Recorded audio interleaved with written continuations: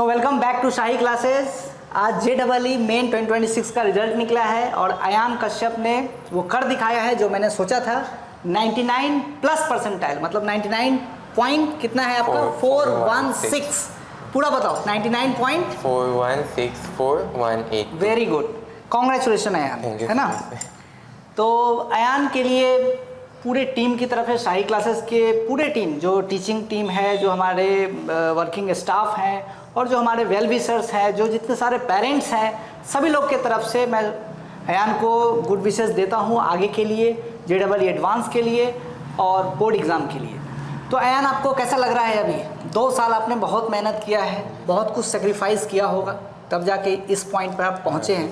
तो can you share your emotion at this very point? अभी तो मतलब थोड़ा रिलैक्स फील हो रहा है कि जो करना था वो कर लिया, ऐसा फील हो रहा है। लेकिन अभी भी और बाकी है। बिल्कुल। लेकिन आज थोड़ा मतलब थोड़ा लाइट फील हो रहा है। लाइट फील हो रहा है। ओके, बिल्कुल। 99.41 परसेंटाइल बच्चे ने लाया है तो थोड़ा सा लाइट फील होगा। लेकिन अभी मैं कहूँगा कि जो जर्नी है, journey should continue and you should enjoy the journey. ये जो प्रोसेस है पूरा एडवांस का, अभी तो 2 महीने का टाइम है, बोर्ड एग्ज़ाम अच्छे से दो और एडवांस लेवल पे प्रिपरेशन फिर से हम लोग बैठेंगे अप्रैल के भीतर में। और 17 मई को आपका एडवांस का एग्ज़ाम है।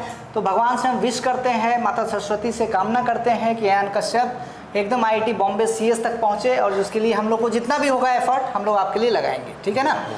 तो आप थोड़ा बच्चों को बताइए कि फिजिक्स को पढ़ना कैसे चाहिए। बहुत सारे बच्चे बोलते हैं कि फिजिक्स को रख लेना चाहिए, कुछ टॉपिक है सो इसको छोड़ दो, मैकेनिक्स छोड़ दो, सिर्फ 12th का करो। तो what is your take on that?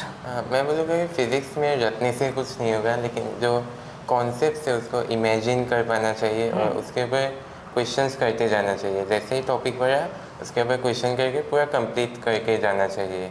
Okay, मतलब एक टॉपिक लिया, उठाया, उसको पूरा का पूरा कंप्लीट करना है। जी, बीच में छोड़ देने से वो बाद में फिर कंप्लीट नहीं होता है। तो मैं जैसे बोलता हूँ कि बच्चे को पहले क्लास नोट्स करना चाहिए। कितना बार मैं क्लास में बोलता हूँ, आपको भी क्लास में बोला और सारे बच्चे भी रहते हैं, स्कूल्स में भी मैं काम कराता हूँ तो वहाँ भी मैं ग्रुप में यही बात बोलता हूँ कि भाई सबसे पहले क्लास इलस्ट्रेशन करो, इंटेक्स्ट 1 करो, 2 करो, 3 करो, जितने इंटेक्स्ट है उसको खत्म करो, फिर एक्सरसाइज 1 करो, एक्सरसाइज 2 करो, फिर JEE मेन करो, फिर JEE एडवांस करो, then try to do the test series.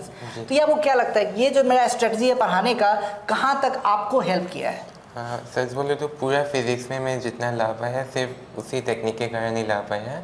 बहुत कुछ हेल्प किया है। ओके, क्लास नोट्स से आपको फ़ायदा हुआ? क्लास नोट्स कंटेंट वगैरह जो इलस्ट्रेशन वगैरह कर रहे थे, उस टाइप के कुछ क्वेश्चन, उस टाइप के कुछ आइडियाज़ एग्जाम में? क्लास नोट्स के आइडियाज़ तो बहुत अप्लाई होते हैं एग्जाम्स में और उसको रिवाइज करते रहने से कॉन्फिडेंस भी एक बनता रहता है और जो छोटे छोटे डाउट्स आते हैं वो भी क्लियर हो जाते हैं रिवाइज करने से। Very good. एक और मैं एक जनरल सा क्वेश्चन पूछूंगा क्योंकि बहुत सारे बच्चों का डाउट रहता है और एक फेथ सिस्टम भी है। बहुत सारे सोचते हैं बच्चे ना कि क्लास में कोई टीचर काम करा रहे हैं, किसी और भी इंस्टीट्यूट में है तो कोई टीचर उसको पढ़ा रहे हैं, तो अच्छे टीचर पढ़ा दिया, ये छोड़ दो, मेरे को तो एरोडोप लगाना है, मेरे को तो ये वाले किताब से लगाना है। तो आपको क्या लगता है कि सबसे पहले बच्चे को क्या करना चाहिए? आप कैसे किए? क्लास नोट्स पे ज़्यादा प्राइमरीली फोकस किए या इधर उधर की बहुत सारे फिजिक्स का किताब लेके आप बैठते थे? पहले तो क्लास नोट्स को ही कंप्लीट करना चाहिए, पूरा उसी को समझ लेना चाहिए और फिर अगर उसके बाद टाइम बचता है तभी मैं बोलूँगा कि जाना चाहिए, नहीं तो क्लास नोट्स ही एनफ हो जाते हैं। बिल्कुल एनफ होता है और उसके बाद आप टेस्ट सीरीज दिए, है ना। तो देखो सारे जो भी बच्चे जो JEE अभी का एग्ज़ाम देंगे, अप्रैल अटेम्प्ट में आएंगे और नेक्स्ट ईयर के जो बच्चे हैं, उन सभी से अयान का जो टिप्स है, keep the things very simple.